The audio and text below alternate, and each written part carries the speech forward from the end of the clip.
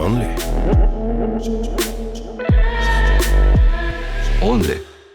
Альфа Only. Премиальный сервис от Альфа-банка. Часто можно услышать, что история мороженого насчитывает много тысяч лет. Правда ли это? Можно сказать, что да, смотря что именно называть мороженым. Сливочный пломбир в вафельном стаканчике, который все сейчас наверняка представили при слове «мороженое». Это, конечно, недавнее изобретение.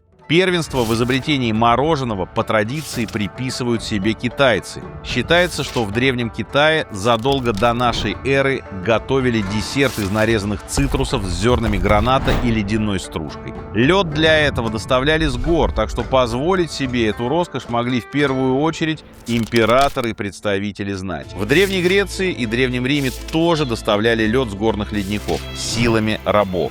Его смешивали с фруктовыми соками и вином или использовали для заморозки напитков и подавали получившийся сорбет с медом. Ценителем охлажденных вин был, например, скандально известный император Нерон. Об этом не без осуждения упоминает его воспитатель, философ-стоик Сенека, который так и не смог научить Нерона умеренности. Холодные десерты любили и ценили в жарком пустынном климате древнего Ближнего Востока. До наших времен дошел древний иранский десерт фалуде. Это замороженная вермишель из муки, которая подается в охлажденном сиропе вместе с розовой водой, орехами и другими наполнителями. Другое традиционное угощение из этих мест – мороженое из молока, яиц и меда с добавлением шафрана. Есть популярная байка, что такое мороженое предпочитал Александр Македонский во время своих персидских походов. К сожалению, это миф. Оно появилось сильно позднее. Но звучит, согласитесь, убедительно.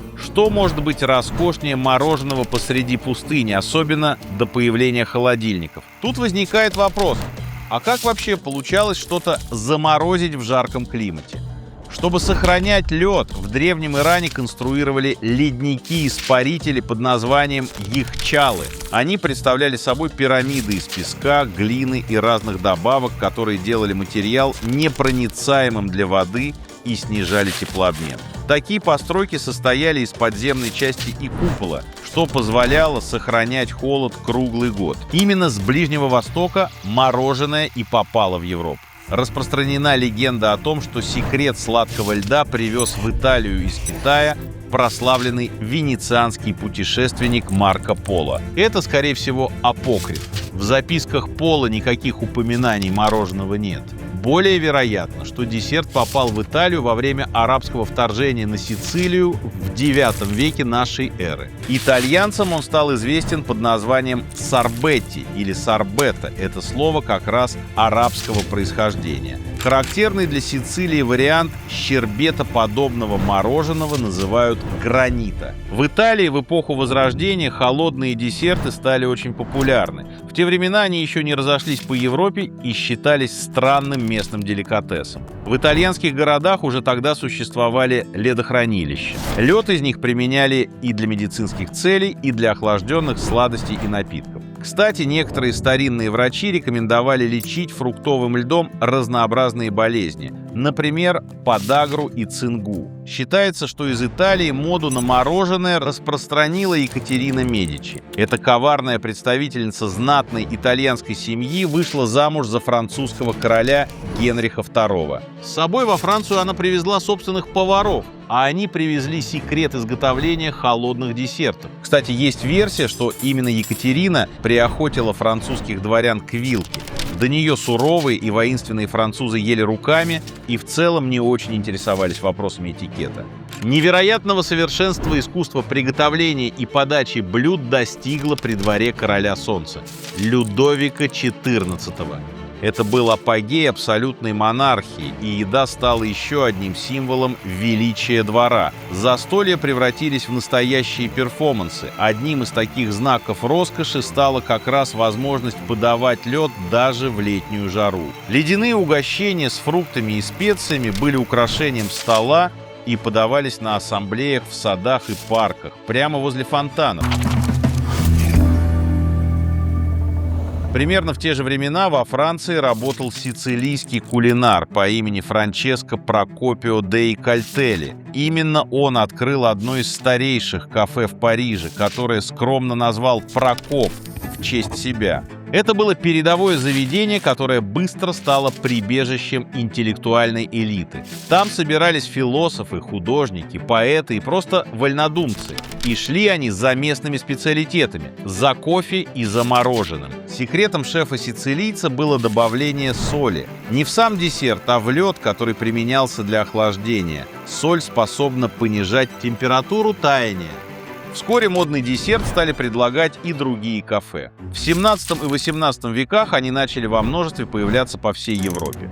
У популярности кафе было несколько важных последствий.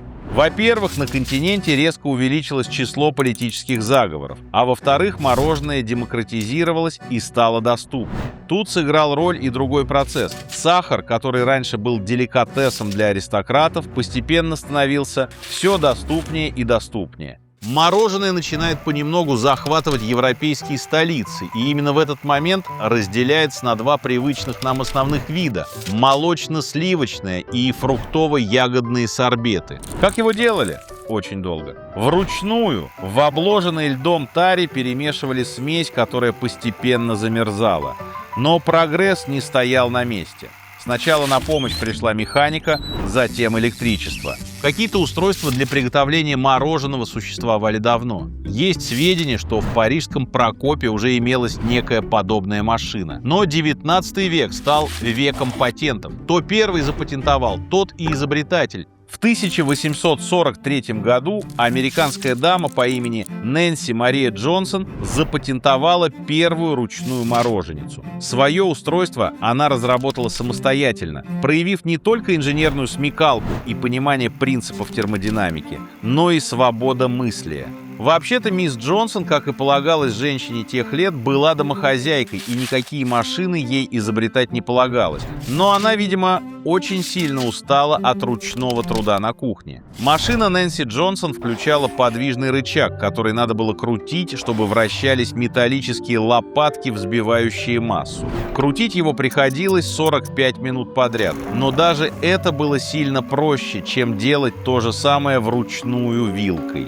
В лопатках были предусмотрены отверстия, из-за которых мороженое получалось более однородным и шелковистым. Они уменьшали количество кристалликов льда, которые хрустят на зубах. Контейнер, где перемешивалось мороженое, находился в деревянном ящике, наполненном колотым льдом с солью, которая делала его еще холоднее. Так появился прототип современных фризеров – машин, которые используются на производстве мороженого. Другая кандидатка на изобретение – британка, викторианская леди по имени Агнес Маршалл, предпринимательница и кулинар, получившая прозвище «Королева льда». Она тоже конструировала мороженицы, которые отлично продавались, и первой предложила использовать на замораживание жидкий азот. Правда, только теоретически, до практики дело не дошло. Агнес Маршалл, помимо прочего, выпускала кулинарные книги. Там есть рецепты, которые до сих пор поражают воображение. Мороженое с мясом, с овощами, шпинатно-огуречное мороженое с артишоками. Домашние фризеры быстро стали популярными и разошлись по всему миру. Со временем появились версии с электрическим приводом. В конце 19 века мороженое стало общедоступным и пользовалась огромным спросом. Уличные мороженщики, которых преследует стайка детей, стали привычным атрибутом городского пейзажа. Главная техническая задача была решена. Стало понятно, как сохранить десерт холодным, если у тебя нет рабов, которые могут притащить глыбу льда с ближайшей горы. Началось развитие видов и форм мороженого. Друзья, очень короткий анонс. У меня в руках первый номер журнала «Чтиво» в этом году. На самом деле, конечно, он 10-й. По мере того, как мы делали предыдущие 9 номеров, я постоянно получал вопросы. Ну типа, а почему нет женщины на обложке? Чего вы женщин не ставите? Вы что, мизогины, что ли? Может, какой-то у вас хитрый план? У нас никакого хитрого плана не было. Просто так вышло. Сейчас мы исправляемся. И новый номер мы полностью посвятили женщинам. На обложке Юлия Меньшова. Телеведущая, актриса и огромный блогер, который я давал интервью в прошлом году. С Юлей у нас получился очень теплый и очень честный разговор о том, как это вообще? Расти с известной фамилией, как сделать себя самой, как строить отношения в семье, ну и так далее. Очень интересное большое интервью. Внутри еще 4 интервью, которые мы записали с женщинами из самых разных сфер. Это не разговоры там о girl power, о мужском мире. Это диалоги взрослых людей о том, что нам близко, что нам интересно, о деньгах, о славе, о возрасте, о детях и вообще о многом другом. На страницах журнала вы, конечно, найдете и другие материалы. Мы долго искали, нашли следы амазонок в евразийской степи и в современной поп-культуре. Мы выяснили, какими писали женщин великие авторы прошлого, от Тургенева до Дюма-старшего. Рассказали о том, как столетиями иностранцы видели русскую красавицу. И, наконец, ответили на вечный вопрос. Почему, если женщина, то сразу ведьма? Предзаказ уже можно оформить на Озон. Ссылку оставляю в описании. К началу 20 века уже существуют сливочное мороженое, джелато на основе молока, замороженные йогурты на кисломолочных продуктах и разнообразные сорбеты. Традиционным компонентом сливочного мороженого почти сразу стала ваниль. Это и сегодня классическое сочетание. Из-за этого в английском языке слово «ванилла» теперь даже означает нечто обычное, базовое, без остроты, милое, но банальное. Вторым хитом немедленно стало мороженое с добавлением какао-порошка, то есть шоколадное. А как есть мороженое, кроме как ложка из вазочки? Изобретение вафельного рожка иногда приписывают уже упомянутой Агнес Маршалл, королеве льда. По другой версии, это эпохальное событие случилось на Всемирной выставке 1904 года в Сент-Луисе, которую американцы устроили к годовщине покупки Луизианы у французов. Как это часто случается в таких кулинарных историях? Продавец из киоска с мороженым, у которого закончились креманки, объединил усилия с соседом, сирийским торговцем хрустящей вафельной выпечкой под названием джалеби. Тот свернул одну из своих вафельных лепешек в форме рожка, и ее начинили шариками мороженого.